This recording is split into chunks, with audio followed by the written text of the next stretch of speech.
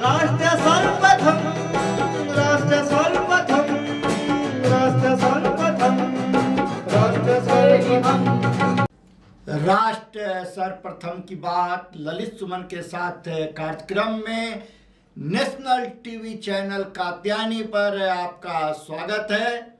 राष्ट्र सर्वप्रथम की बात में आज हम फिर से एक बार चर्चा करेंगे महामारी कोरोना का। महामारी कोरोना भारत के 8 राज्यों में अपना प्रकोप दिखाना शुरू कर दिया है। लोग चिंतित हो उठे हैं। प्रशासन फिर से एक बार सक्रिय हो उठा है। जागरूकता अभियान तेज की गई है। सभी से आग्रह किया जा रहा है कि आप मास्क जरूर लगा के रखें, 2 गज की दूरी और हाथ को हमेशा साफ करें ताकि आप इस कोरोना के चपेट में ना आए। लेकिन जिस प्रकार से इतने सारे प्रतिबंध और इतने सारे निवेदन और इतनी जागरूकता के बाद भी लोगों ने नज़रअंदाज किया है कोरोना के प्रभाव को, उसका दुष्परिणाम फिर से एक बार सामने आया है और 8 राज्यों की स्थिति काफ़ी खराब होती जा रही है। स्थिति तो ये बनने लगी है कि अगर ये ही सिलसिला चलता रहा तो पिछले वर्ष अप्रैल में जो स्थिति थी उससे भयावह स्थिति राष्ट्र के सामने उत्पन्न हो जाएगा और सरकार को फिर विवश होकर करके कठोर कदम उठाने पड़ेंगे, जिसका असर संपूर्ण राष्ट्र और राष्ट्रवासियों पर पड़ेगा।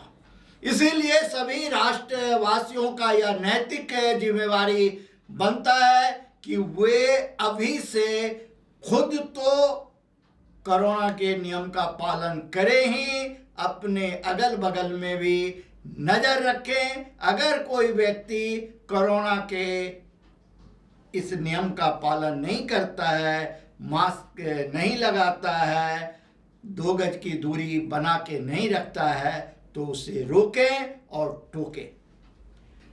यूं तो 2 वैक्सीन आ चुकी, लाखों लोगों को वैक्सीन लग चुका है।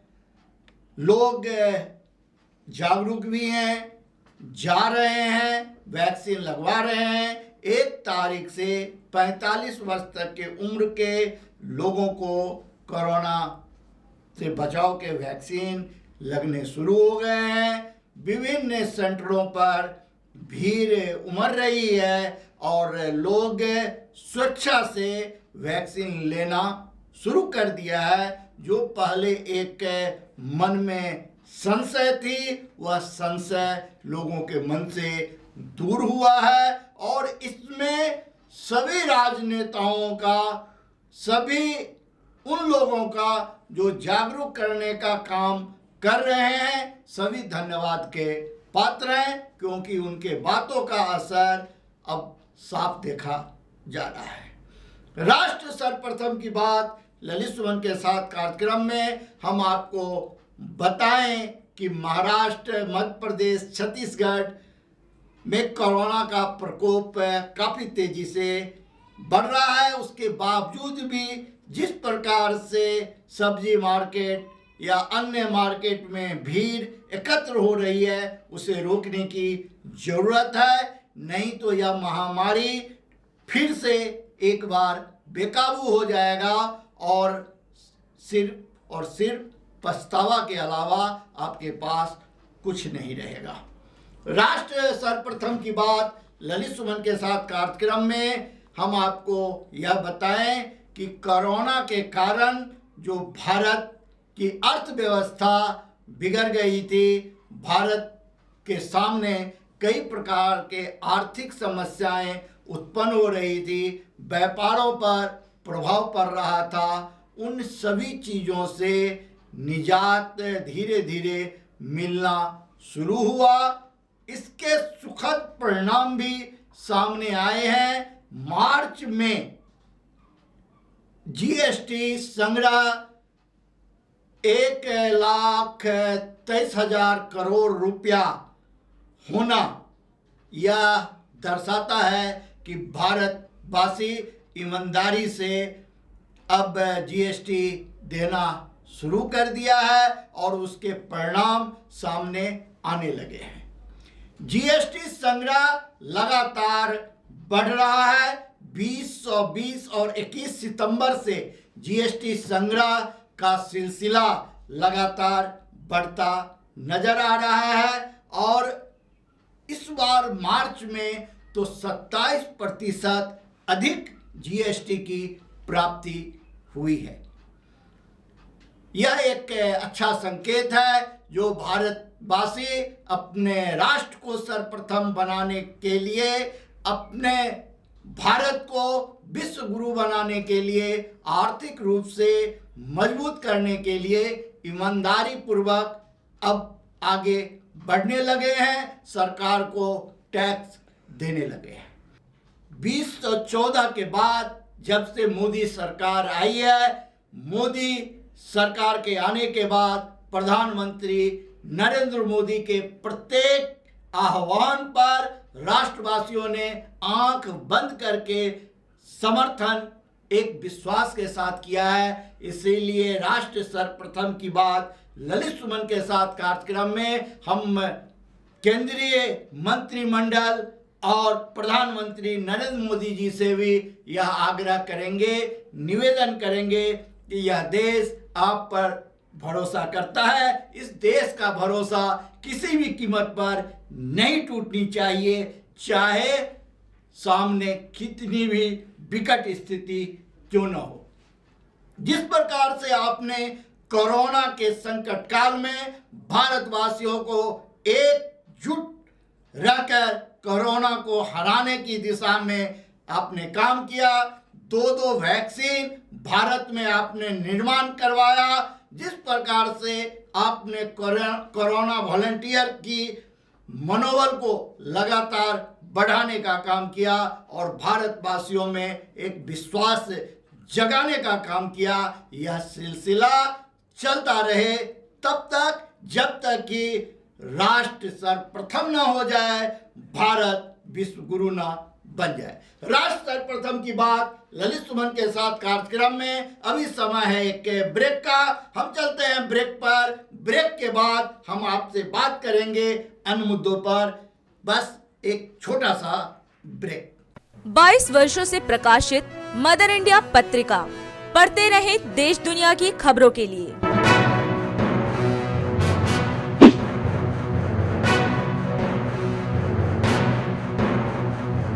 26वें वर्ष में आपके लोकप्रिय समाचार पत्र इंडिया दर्पण का प्रवेश। आप देखते रहे अपने क्षेत्र की खबरें।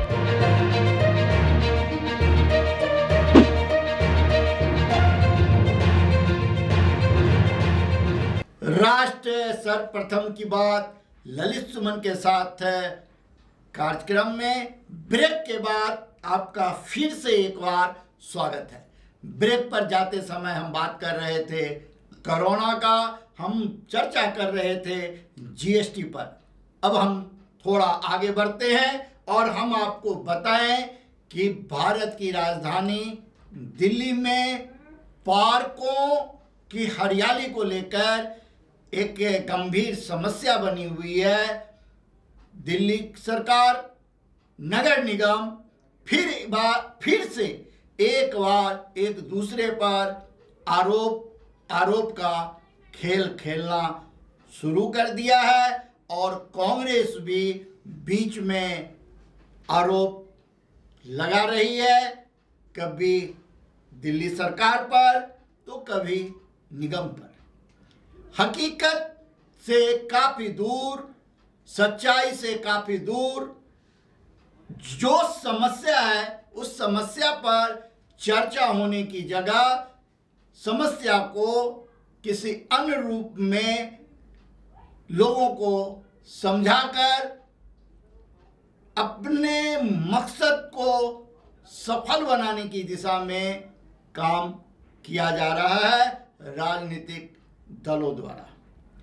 एनजीटी ने पर्यावरण की रक्षा के लिए बढ़ते प्रदूषण पर नियंत्रण के लिए और गिरते जल स्तर पर नियंत्रण पाने के लिए निर्देश जारी किया था और एनजीटी ने कहा था कि एसटीपी के माध्यम से दिल्ली जल बोर्ड पानी पार्कों तक पहुंचाए। हम इस बात को फिर से एक बार दोहरा दें कि एसटीपी के माध्यम से दिल्ली जल बोर्ड पानी पार्कों तक पहुंचाए, पेड़ पौधे की सिंचाई हो, पार्कों की हरियाली की रक्षा हो।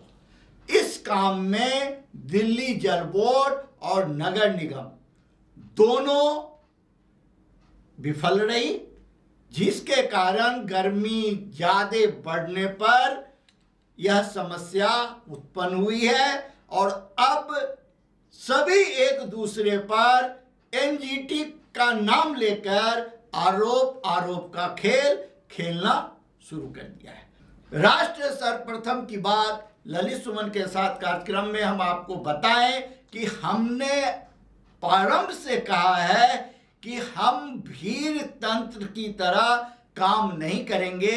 हम सच्चाई आपके सामने रखने का प्रयास करेंगे। आप उसे माने, आप उसे ना माने, हम मीडिया का जो दायित्व है हम उसे आपके सामने रखने का प्रयास करेंगे। हम ना तो इस दल की तरफ झुकेंगे, ना हम उस दल की तरफ झुकेंगे, हम तो सीधा चलेंगे। जो सत्य है वो आपको बताएंगे और आप उस सत्य को जानकर आप किसी नेता के बहकावे में न आकर सिर्फ सच्चाई को जाने।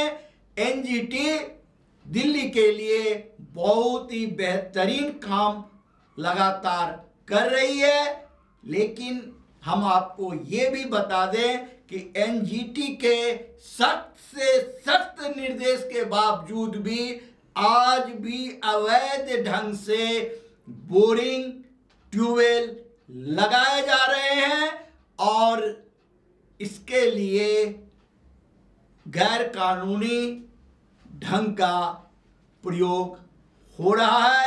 इस पर सख्ती से कार्रवाई कराने की जरूरत है, क्योंकि एक बगल एनजीटी के निर्देश पर अगर पार्कों के ट्यूबवेल के लाइन काटे जा सकते हैं, जल स्तर को नीचे गिरने से बचाया जा सकता है, तो फिर अवैध रूप से जो बोरिंग हो रही है इसके लिए कौन जिम्मेवार है? और जो इसके लिए जिम्मेवार है एनजीटी को उस अधिकारी के ऊपर कठोर से कठोर कार्रवाई करनी चाहिए।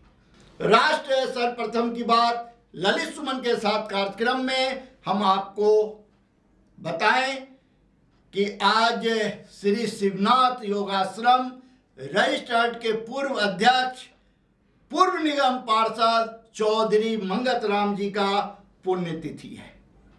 चौधरी मंगत राम तंवर जी ने श्री मोतीनाथ संस्कृत महाविद्यालय, श्री शिवनाथ योगाश्रम रजिस्टर्ड, प्राचीन सूर्य मंदिर, महिला सिलाई केंद्र, औषधालय, छात्रावास, गौशाला, शहीद स्मारक के विकास के लिए अपने जीवन काल में न सिर्फ बहुत संघर्ष किया, काम किया, बल्कि उन्होंने उन तत्वों के खिलाफ भी आवाज उठाया जो श्री शिवनाथ योगाश्रम रजिस्टर्ड के भूमि पर जबरन कब्जा करने का प्रयास कर रहे थे और उन्होंने इन बातों को उपराज्यपाल, तत्कालीन गृह मंत्री, क्राइम ब्रांच, स्थानीय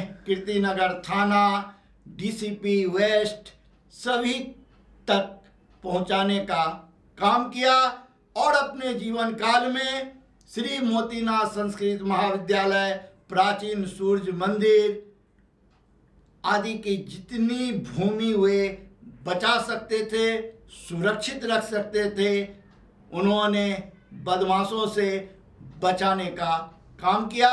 आज उनका पुण्यतिथि है।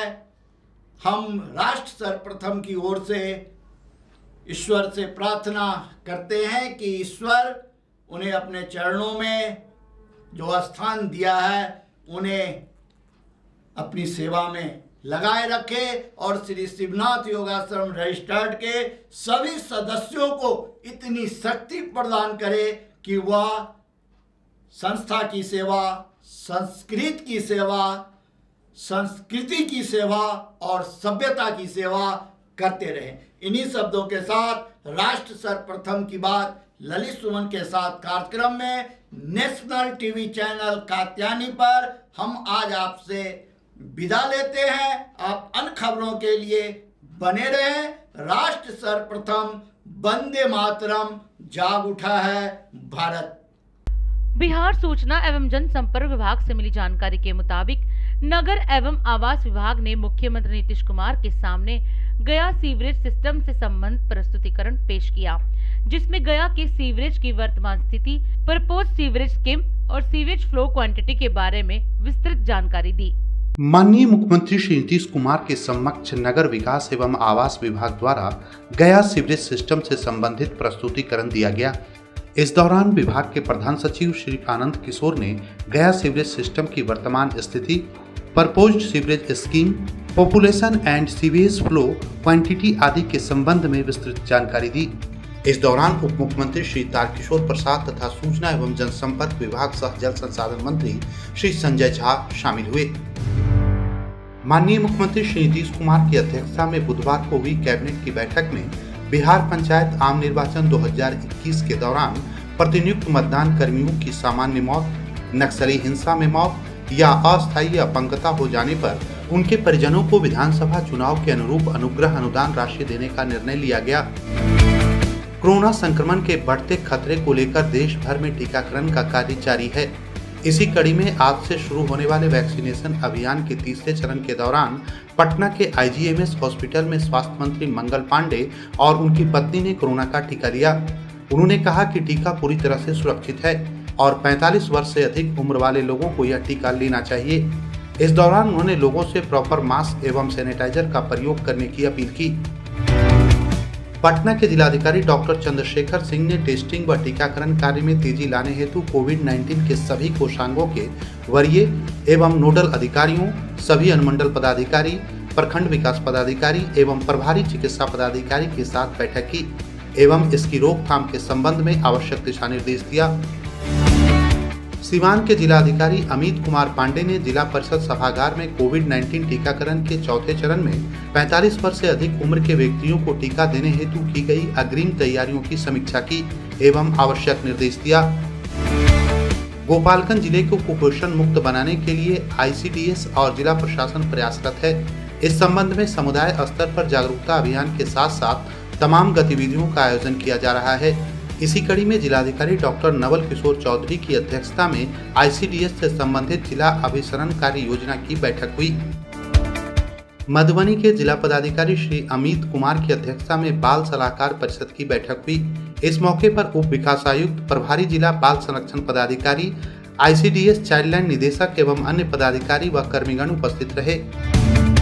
सारण के जिलाधिकारी ने समाहरणालय सभागार में उप विकास आयुक्त, DRDA के निदेशक एवं मनरेगा के PO के साथ मनरेगा से संबंधित कार्यों, आंगनबाड़ी केंद्र भवन निर्माण एवं प्रधानमंत्री आवास योजना की अद्यतन स्थिति की समीक्षा की तथा आवश्यक निर्देश दिया। भोजपुर के जिलाधिकारी श्री रोशन कुशवाहा ने भूमि सुधार उप समाहर्ता आरा के कार्यालय का निरीक्षण किया। इस दौरान उन्होंने भूदान, अतिक्रमण और बेदखली के मामलों को देखा। साथ ही उन्होंने HRMS पोर्टल पर कर्मियों की एंट्री की भी समीक्षा की। बेगूसराय के जिला पदाधिकारी तथा पुलिस अधीक्षक ने संयुक्त रूप से जिले के सभी अनुमंडल पुलिस पदाधिकारियों एवं थाना प्रभारियों के साथ वीडियो कॉन्फ्रेंसिंग के माध्यम से मद्य निषेध संबंधी कार्यों की समीक्षा की तथा आवश्यक दिशा निर्देश दिया। दिल्ली में नए आबकारी नियम के तहत शराब पीने वालों की उम्र घटाकर 25 से 21 वर्ष कर दी गई है, जिसके बाद दिल्ली की आम आदमी पार्टी और भाजपा के बीच राजनीति में घमासान शुरू हो गया है। इसी के चलते आज आम आदमी पार्टी के विधायक आतिशी मार्लेना ने आज एक प्रेस कॉन्फ्रेंस की। उन्होंने कहा कि नए आबकारी नियम के बाद शराब माफियाओं के अवैध शराब बेचने के तरीकों को खत्म किया जा सकता है। इससे भाजपा को दिक्कत नहीं होनी चाहिए। कुछ दिन पहले एक नई एक्साइज पॉलिसी लेके आई है कि दिल्ली में लिकर माफिया को खत्म किया जा सके। दिल्ली में लिकर माफिया को खत्म करना, जिस तरह से आम आदमी पार्टी की सरकार ने पिछले कई सालों में प्राइवेट स्कूल के माफिया को खत्म किया है, टैंकर माफिया को खत्म किया है, प्राइवेट अस्पतालों के माफिया को खत्म किया है, उसी तरह से दिल्ली सरकार ने, अरविंद केजरीवाल की सरकार ने एक नई पॉलिसी की शुरुआत करी है कि दिल्ली में जो लिकर माफिया का पूरा होल्ड है, जिस तरह से पूरा कंट्रोल है, उसको खत्म करने के लिए। लेकिन पिछले कई दिनों से हम देख रहे हैं कि जब से ये नई पॉलिसी लिकर माफिया को खत्म करने के लिए आई है, बीजेपी वाले बहुत परेशान हैं। बीजेपी वाले रोज कुछ ना कुछ विरोध करते हैं। तो समझने की बात यह है कि एक ऐसी पॉलिसी जो लिकर माफिया को खत्म करने का प्रयास कर रही है, बीजेपी उसका विरोध क्यों कर रही है?